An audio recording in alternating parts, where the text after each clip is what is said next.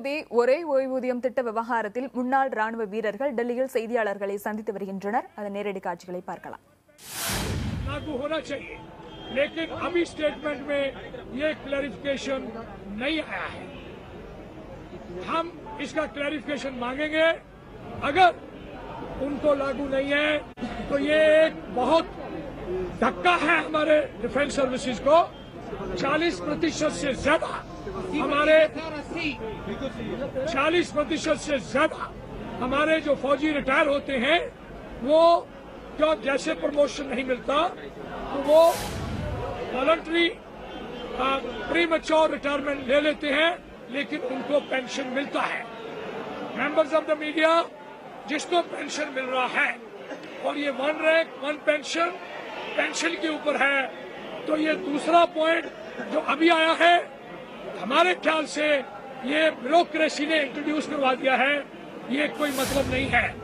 Defence services को ये लागू नहीं होना चाहिए और हमको ये मंजूर नहीं है।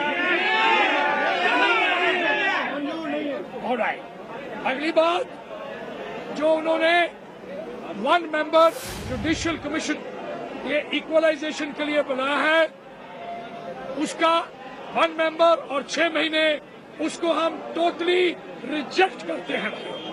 वो हमको मंजूर नहीं है, क्योंकि 6 महीने में क्या एक मेंबर, वो भी जुडिशियल, जिनको हमारी कंडीशन या हमारे के बारे में कुछ मालूम नहीं है। आज हमने जब हमारी 11:30 बजे मीटिंग रक्षा मंत्री से हुई, उनको हमने क्लियरली बताया था कि अगर कमेटी आपने ऑर्डर करनी है तो वो 5 मेंबर की कमेटी होगी, जिसमें 3 मेंबर हमारे वेटरन्स के होंगे, 1 मेंबर सर्विंग का होगा और 1 डिफेंस मिनिस्टर साहब कोई भी डिटेल कर सकते हैं। लेकिन ये कमेटी डिफेंस मिनिस्टर साहब के नीचे होनी चाहिए डायरेक्टली। नेक्स्ट, उसका टाइम सिर्फ 30 दिन होना चाहिए। हमने 15 दिन बोला था। मैक्सिमम टाइम 30 दिन के अंदर अंदर फैसला आना चाहिए। नेक्स्ट, उनको 3 कंडीशन मिलनी चाहिए। नंबर 1, इस कमेटी को कि जो 1 रैंक 1 पेंशन का डेफिनेशन है उसको लेटर और स्पिरिट में माना जाएगा और वो प्री कंडीशन होगी, मतलब लागू किया जाएगा जैसे डेफिनेशन अप्रूव्ड है। दूसरा, जो भी कोई सीनियर डिफेंस पर्सनल है वो कभी भी जूनियर से कम पेंशन नहीं लेगा। तीसरा, जो जैसे जैसे दर बदली होगी ऑटोमेटिकली उसी वक्त वो दर सारे पिछले वालों को पास कर दी जाएगी। इसलिए हम ये 5 साल का टाइम है उसको भी टोटली रिजेक्ट करते हैं, क्योंकि जैसे हमने कल भी प्रतिक्रिया दी थी, ये सिलेक्टिव लीक कल प्रेस से हुआ था, वो 1 रैंक 5 पेंशन होगा, जो कि 1 रैंक 1 पेंशन नहीं होगा।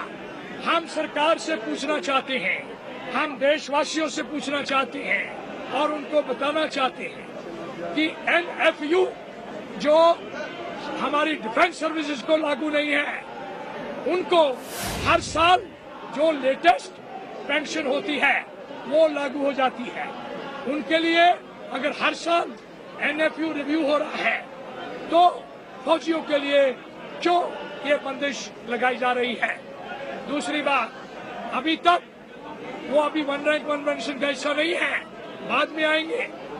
हम कुल टोटल सिर्फ 1 पॉइंट सरकार का जो है कि उन्होंने इम्प्लीमेंट करने का मान लिया है, वही हम उसको एक्सेप्ट करते हैं और धन्यवाद करते हैं सरकार का।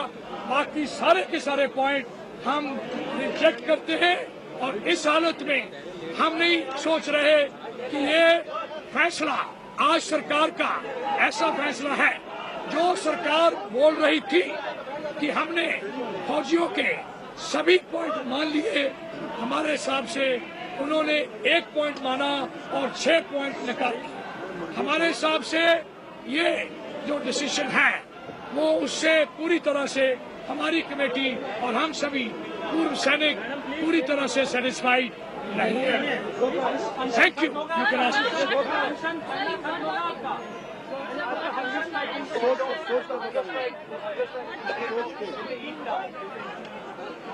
We will, gentlemen, अभी जो हंगर स्ट्राइक चल रहा है उसकी अभी हम इसके बाद मीटिंग लेंगे। हमें अभी आपसे प्रतिक्रिया ली है, हमारी कमेटी डिसाइड करके आज शाम तक आपको बता देगी उससे क्या करना है। हमने बोला है कि उसका हम प्रतिक्रिया थोड़ी देर में देंगे। ஒரு தொகுதி ஒரே ஓய்வூதியம் திட்ட விவகாரத்தில் இந்த திட்டத்தை அமல்படுத்த மத்திய அரசு முடிவு செய்துள்ள நிலையில் முன்னாள் ராணுவ வீரர்கள் டெல்லியில் செய்தியாளர்களை சந்தித்த அந்த நேரடி காட்சிகளை நாம் பார்த்தோம்.